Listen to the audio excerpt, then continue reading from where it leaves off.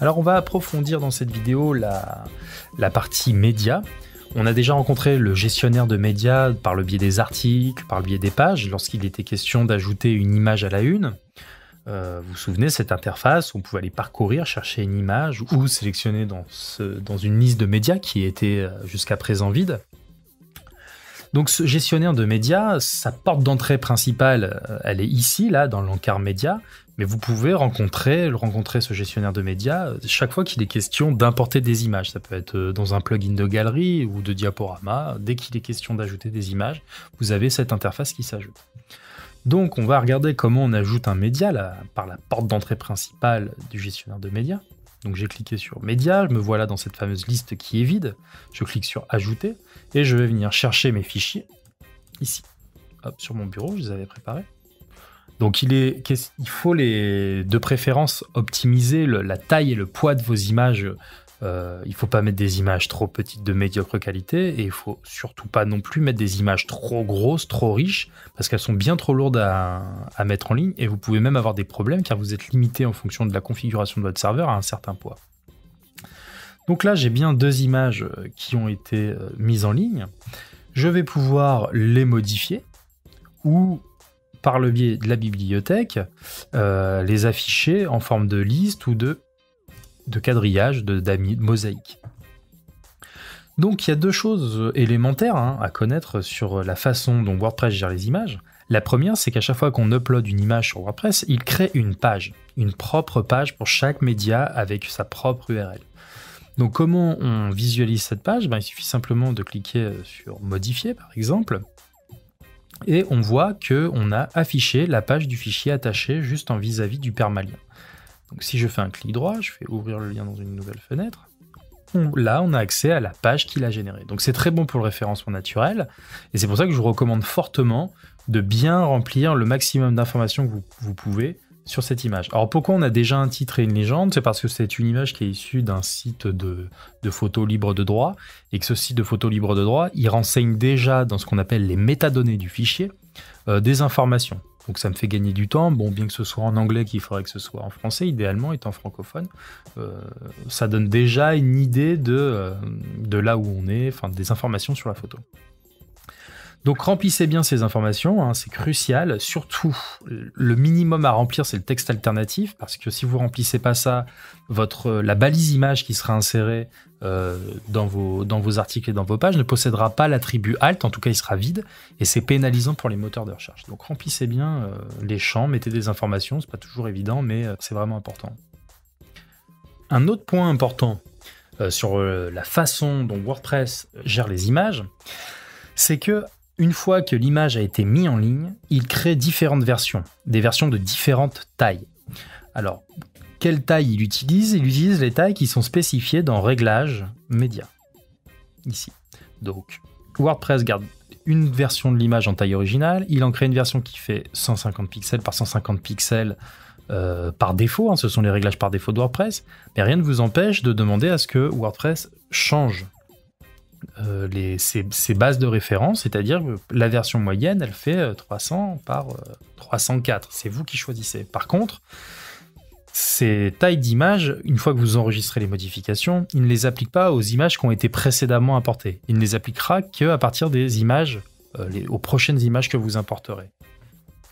Et donc, pour contrer cette problématique, on utilise un plugin qui est gratuit, donc extension ajoutée.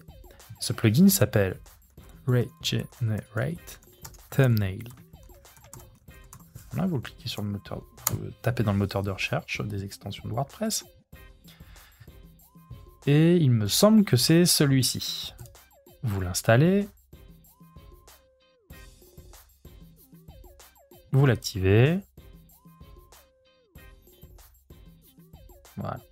Et il est accessible à partir de plusieurs endroits, notamment dans le gestionnaire de médias, où il vous suffira de cocher les images qui vous intéressent et de venir dans Action groupée et de cliquer sur Regenerate Thumbnails, appliquer.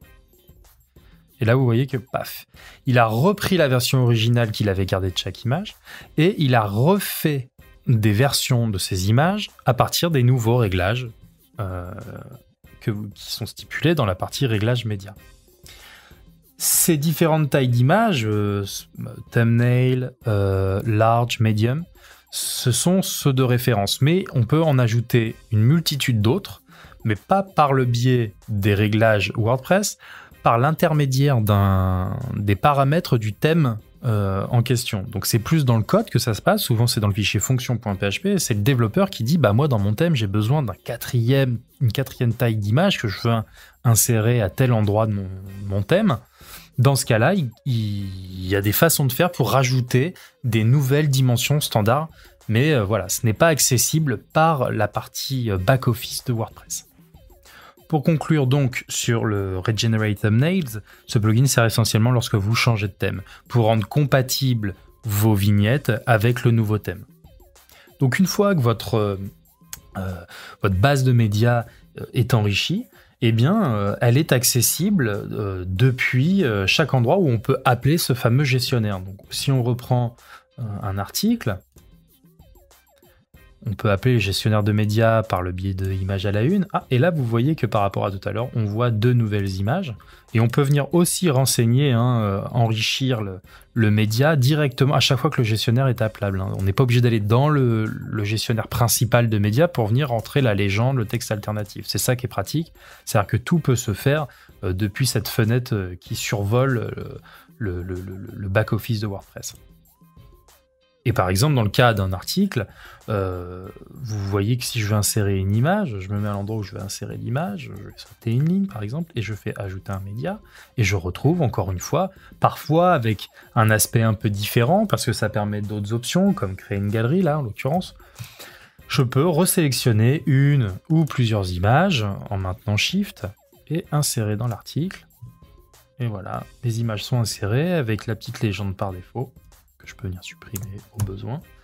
Donc voilà comment on enrichit notre bibliothèque de médias, notre médiathèque plutôt, pardonnez-moi, et comment on appelle ces médias à l'intérieur d'un article ou à un autre endroit dans lequel on a besoin d'images. Donc voilà pour la gestion des médias. J'aborderai plus tard, dans une partie qui est plus liée à l'optimisation esthétique d'un site, un outil qui est une alternative à Photoshop, puisque tout à l'heure je vous parlais d'optimisation de médias, et pour ça il faut des outils, et c'est vrai que on n'a pas tous l'opportunité d'acheter une licence Photoshop, qui est maintenant plus accessible puisqu'elle est accessible via abonnement, si on le souhaite. Mais il y a un outil qui s'appelle Pixlr, que je vous présenterai, on ne rentrera pas dans les détails, mais je vous présenterai un petit peu, qui vous permettra de réduire la taille des images, de faire quelques modifications standards.